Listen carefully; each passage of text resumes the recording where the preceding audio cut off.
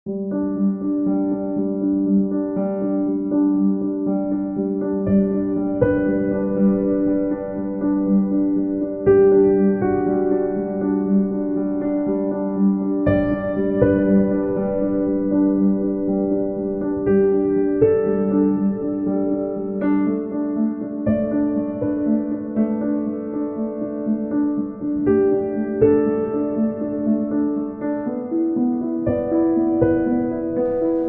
saya Haji Abdul Syukur, Profesor Bedah digestif, dan gelar profesor itu saya dapat pada tahun 2006. 2006.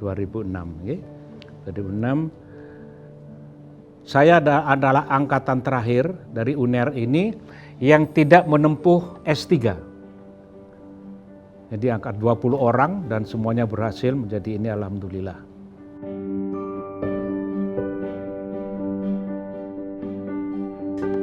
Saya ini hidup di lingkungan dokter. Ayah saya dokter. Tapi di daerah, di Situbondo. Pada waktu itu, di Situbondo itu hanya ada 3 orang dokter. 2 orang dokter swasta dan 1 dokter pemerintah adalah ayah saya. Jadi dari kecil hidup saya itu terus berkecimpung di dalam dunia kedokteran. Tiap hari saya lihat bapak saya ke rumah sakit, praktek dan sebagainya. Jadi dengan sendirinya kemudian tumbuh. Niat, waduh, kok lihat gitu ya, lihat nolong orang, itu nolong orang dan sebagainya. Saya sering sekali ikut kalau ada panggilan dokter ke desa-desa.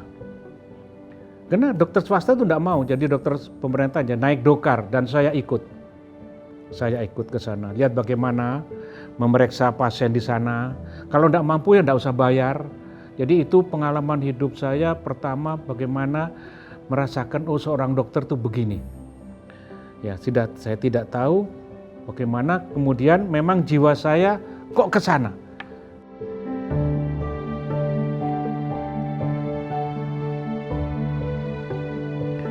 Saya ini sejak SD, hobi saya itu berburu. Nurun kakek saya itu suka berburu. Saya tidak tahu, dari SD itu. Dari SD. Karena bapak saya itu dokter, di daerah saya Situbondo itu ada 5 pabrik gula. Yang semua direkturnya itu orang Belanda. Ayah saya lulusan dari Jakarta, bahasa Belandanya ya pinter gitu ya. Nah, karena lihat saya senang itu, mau beli senjata angin tuh di mana di Indonesia itu nggak tahu. Jadi pada waktu itu saya ujian SD lulus, dihadiahin saya senapan angin. Titip sama salah satu direktur yang pulang ke Belanda. Itu hobi saya. Yang terkesan apa? Ayah saya, kakak saya enggak ada hobi itu. Kok membelikan itu ya gitu. Jadi di dalam saya terkesan bagaimana senengnya, bayangkan saya punya hobi segitu dibelikan senjata itu. Luar biasa saya itu. Jadi itu sebagai orang tua itu barangkali nanti seperti itu gitu ya di dalam jiwa saya. Jadi kalau memang anaknya ini, tapi jangan terus dibelikan biasa begitu aja, ada sesuatu. Karena saya lulus ujian SD-nya. Itulah kesan saya terhadap ayah saya. Ya. Ayah saya itu, mohon maaf, seorang Muslim tulen, kepala Muhammadiyah dulu di sana, dan beliau itu bersama dengan ibu saya yang mendidik saya di dalam agama. Bagaimana kamu memperlakukan orang, lihat praktek pasien, dan bagaimana kamu beragama pada Tuhan. Jadi itulah saya. Jadi kesan saya pada waktu SD dan sebagainya itu karena hobi saya tersalurkan, dan itu berakibat kepada polisi saya menjadi orang tua terhadap anak-anak saya. Jadi sangat terkesan itu.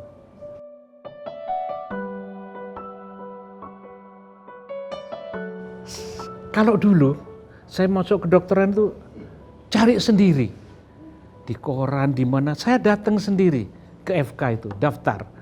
Dan pada waktu pendaftarannya di Aula yang sekarang itu. Saya nomor 400 berapa itu daftarnya. Saya datang sendiri, nggak pernah diantar bapak, ibu, nggak pernah.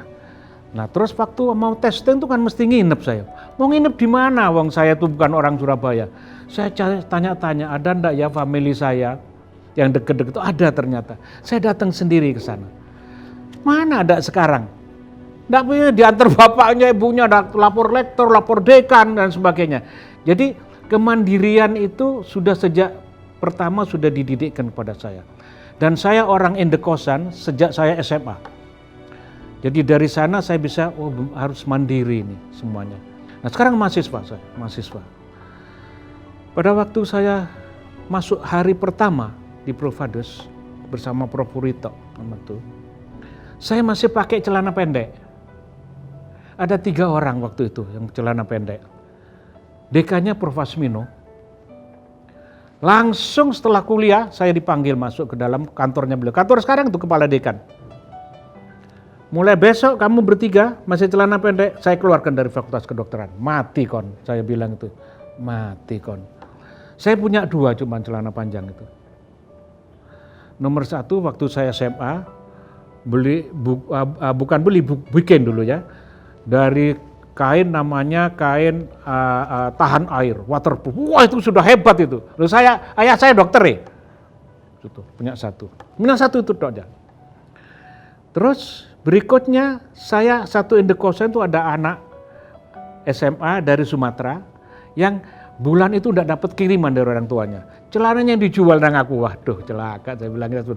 Tapi orangnya rotok gemuk, jadi saya beli, saya fermak. Cuma punya 2 itu saya. Ya sudah gantian aja itu. Nah saya anak indekos dari SMA. Sampai lulus sekali itu saya indekos terus.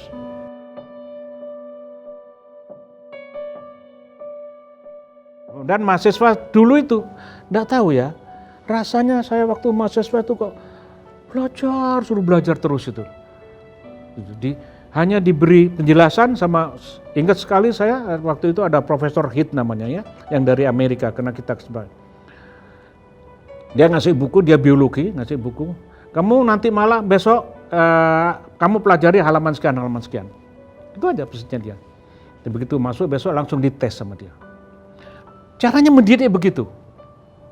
Sekarang kan enggak, dikasih kopi, dikasih ini, enggak berubah. Tapi kenapa kok dulu begitu, saya juga tidak tahu juga. Tapi barangkali perbedaannya karena memang masanya berubah.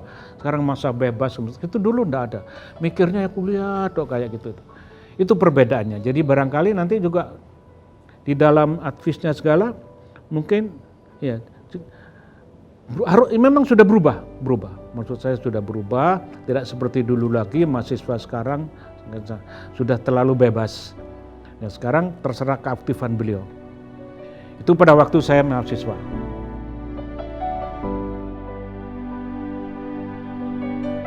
Saya lulus tahun 67. Angkatan 61, saya lulus 67. Nah ini sejarahnya begini, kenapa? Kemudian kalau praktek, enggak ada praktek dulu. Pada waktu tahun 65, itu ada peristiwa. Saya masuk kami, ya, satunya KAPI, satunya kami, saya masuk kami. Mohon maaf, saya dari HMI, saya masuk kami. Suatu waktu ada informasi Fakultas Kedokteran mau dibakar oleh kelompok komunis. Wah, nggak rela kita. Jadi saya bersama teman-teman, beberapa kelompok orang-orang, ya, itu langsung datang ke Fakultas Kedokteran. Pada waktu dekannya adalah Prof. Asmino. Langsung masuk ke halaman Fakultas Kedokteran, terus langsung masuk ke dalam komplek. Di sebelahnya ruang Profades itu ada pohon termbusi besar dulu. Di situ kita berkumpul. Nah, ternyata itu kira-kira jam 11, jam 12 siang. Mulai jam 2, jam 3, jalan di depan lingkaran Fakultas Kedokteran sudah dikepung oleh orang-orang PKI, termasuk anak-anak CGMI. Waduh, ya apa ini katanya. Sudah kita bertahan, karena informasinya mau dibakar. Kita bertahan di dalam, mulai kira-kira jam 5 sore mulai dilempar batu kita dari luar. Itu waduh. Tapi tidak ada yang berani masuk mereka. Di luar halaman. Sampai jam 8 malam. Mereka tetap di sana ngepung. Waduh, mati kita ini, saya bilang gitu. Ya apa enaknya, kita mau minta tolong siapa? Gitu ya. Pada waktu itu KKU itu pro komunis. Pada waktu itu, sehingga kita tidak berani minta tolong KKU. Dan kami minta tolong telepon Brimob. Ya, kira-kira jam 9, jam 10 malam Brimob datang pasukan bersama dengan Panzer. Wah, buyar mereka semua. Mereka buyar. Terus kita diantar pulang satu persatu mahasiswa itu oleh Brimob ke rumahnya masing-masing. Di situ saya mempunyai ini, waduh. Jadi Brimob masih pro pada kita. Nah, apa? Waktu itu kita tidak punya niatan apa-apa, hanya supaya jangan sampai fakultas kedokteran ini dirusak. Itu saja. Apa yang diberikan pahala oleh Tuhan? Ketika saya sudah lulus dokter,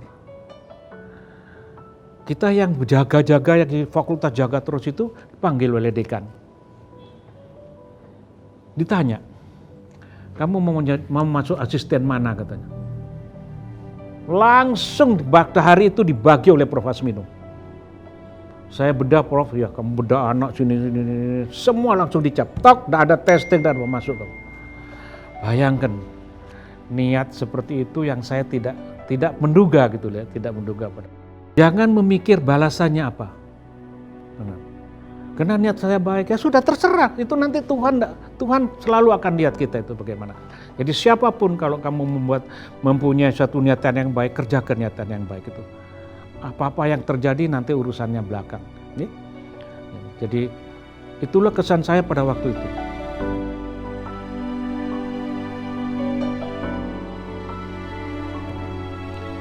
Ini agak kurang pas menurut saya memang. Karena dididiknya dokter dahulu itu individual. Tidak bersama grup. Sehingga apapun yang memutuskan orang itu. Jadi dokter itu nerima pasien, memeriksa pasien, mengobati pasien dan sebagainya. Padahal kan tidak mungkin itu. Tidak mungkinnya karena tidak mungkin kita bekerja sendiri. Ada perawat, ada laboratorium dan sebagainya. Sehingga dalam akhir-akhir yang sekarang ini ada yang disebut dengan PBL. Ya, program based learning, dan itu sangat betul. Sangat betul. Terus itu sangat betul sehingga kita selalu bekerja dalam grup. Sehingga dulu itu dokter can do no wrong. Tak pernah ada dokter disalahkan, mati masih terima kasih keluarganya itu. Tapi tidak betul gitu, itu tidak betul sama sekali. Sehingga sifat individu itu terlalu tinggi, sifat kolonialnya terlalu tinggi. Jadi segala-galanya ditentukan oleh dokter. Itu yang salah. Sekarang kan berubah. Semua sederajat. Semua sederajat. Dokter, perawat, pasien sederajat, sama tingkatannya. Kalau tidak ada pasien, nggak ada dokter. Buat apa dokter? Kamu tidak mungkin bekerja sendiri. Jadi apa makna daripada semua ini? Perlakukanlah pasien dan keluarga itu sebagaimana kamu memperlakukan dirimu sendiri. Jadi kalau ada pasien masuk, dimanapun, di poliklinik, di tempat praktek, nomor satu adalah rasa empati. Berikan pada keluarga dan pasien itu. Apa faktanya? Kamu niatmu begitu ada pasien dan keluarga masuk, niatmu menolong. Ojo delok-delok iku mampu apa ndak bisa bayar, ojo. Jangan begitu. Niatmu ini, empati dulu. Kenapa Bapak Ibu jangan, ada apa? Waduh, lanjut kolonial begitu dulu. Ada apa? Oh enggak, ini enggak boleh itu, enggak boleh. Karena orang sakit itu sakit fisiknya, sakit jiwanya. Jadi empati lebih dulu berikan. Itu enggak ada dulu. Enggak ada dulu. Perintah ya main. Sekarang enggak boleh. Itu bedanya sekarang. Jadi harus itu. Jadi kalau orang sudah mau masuk fakultas kedokteran, dia mesti tanya dirinya. Kalau perlu konsultasi sama psikolog. Jiwa saya bisa enggak betul seperti itu. Kalau enggak bisa jangan masuk itu. Karena memang harus pengabdian. Ya. Itu yang sekarang, kalau dulu enggak Pak, dewa dokter itu. Wah, enggak bisa disalahkan. Itu bedanya yang sekarang. Jadi, rasa empati harus didulukan. Kalau kamu menerima pasien dimanapun. Jangan hanya di tempat praktek, jangan. Ya, karena dia bangun dibayar, tidak, di rumah sakit pemerintah sama, di poliklinik, kenapa gini bantu. Kalau kamu bersikap baik seperti dia kepada pasien keluarga, apalagi dengan senyum, 50% obatnya dia. Sudah terobati pasien itu. Jangan malah, ada apa? Oh, no, waduh, sudah habis dia. Ya. Nah, kamu mau enggak diperlakukan gitu? Kalau kamu enggak mau, jangan.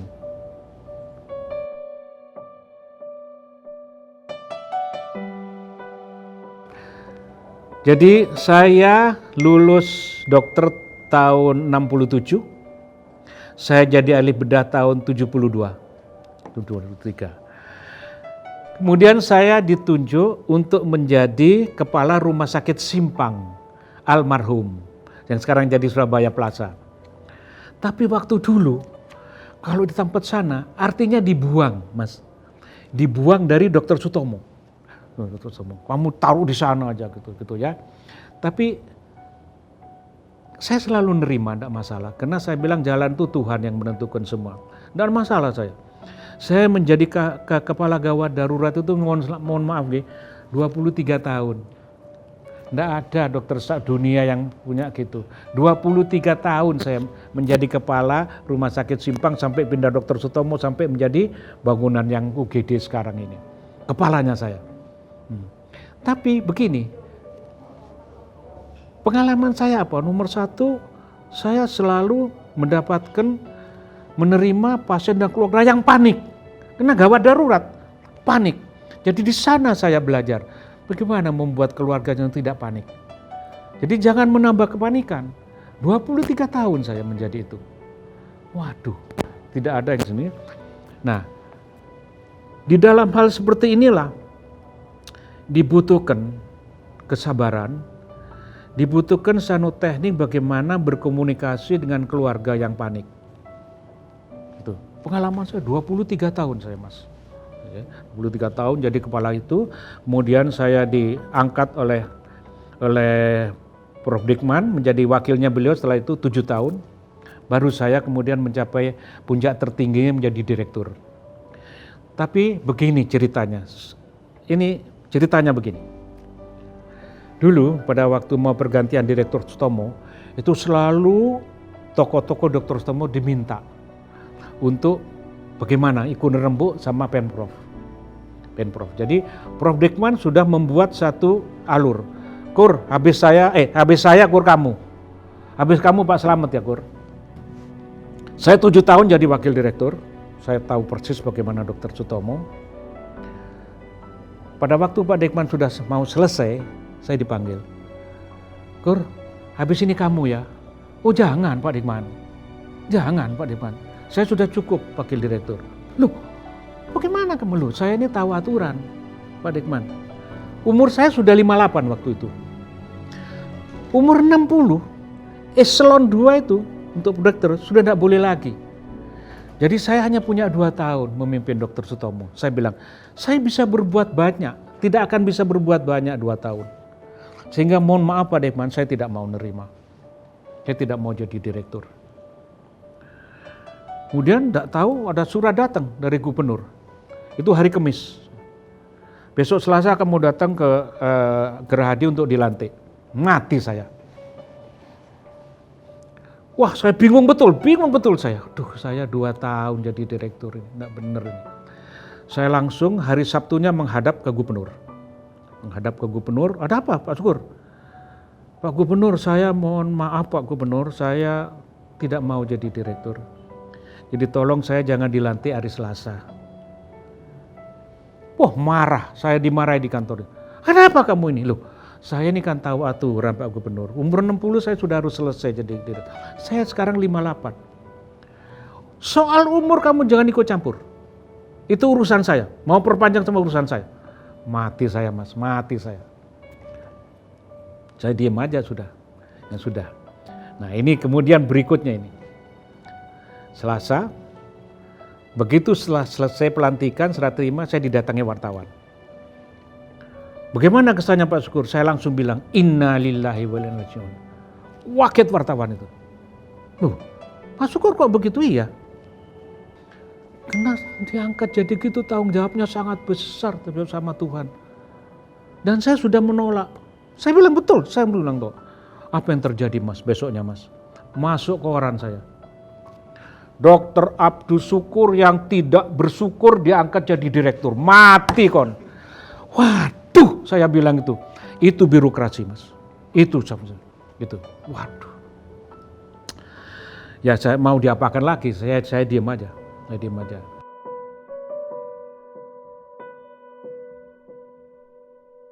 Waktu saya jadi wakil, enggak Mas. Karena saya wakil direktur bagian penanganan medis untuk rumah sakit tok. Saya enggak pernah berhubungan dengan birokrasi, enggak pernah. Begitu saya jadi direktur, di situ saya bergejolak hati saya. Tanya sama dia, kenapa? Banyak sekali yang bertentangan dengan hati nurani. Wah, enggak betul ini. Sehingga saya lama-lama berpikir kayak gini, kalau saya terus-terusan begini, hati nurani saya begini, saya bisa stroke. Ya. Sehingga pada waktu saya umur 60, begitu hari itu juga saya langsung minta buatkan surat dari sekretaris dan saya langsung ngadap gubernur. Saya menyerahkan diri Pak, saya mundur diri, saya sudah umur sekian. Pertanyaan Pak Gubernur kepada saya yang pertama, kamu tidak pingin perpanjangan? Tidak. Kaget. Enggak, matur nuwun Pak Gubernur, terima kasih. Dalam hati saya, alhamdulillah nih enggak. Oh ya sudah, saya sujud syukur saya. Karena kalau terus, dosa saya akan banyak. Kan saya tidak mungkin Mas melarang. Karena kebiasaannya sudah begitu, itu birokrasi. Biasanya enggak bener ini saya bilang itu. Rumah sakit pemerintah kita ini, dari mana dapat uang? Itulah kesan saya menjadi direktur, puncak tertinggi dalam karir saya. Sudah ini, bahwa kesannya mereka yang tidak siap dengan birokrasi, jangan masuk di jalur birokrasi. Itulah suka duka saya menjadi direktur dan sebagainya. Sehingga satu waktu saya didatangi seorang wartawan. Pak Syukur itu tidak disukain sama gubernur sama DPR. Loh, kenapa? Kenapa Pak Syukur tidak mau manut? Jawabannya cuma satu, ya tidak apa-apa. Saya tidak digaji gubernur, saya tidak digaji DPR, gaji saya di Fakultas Kedokteran.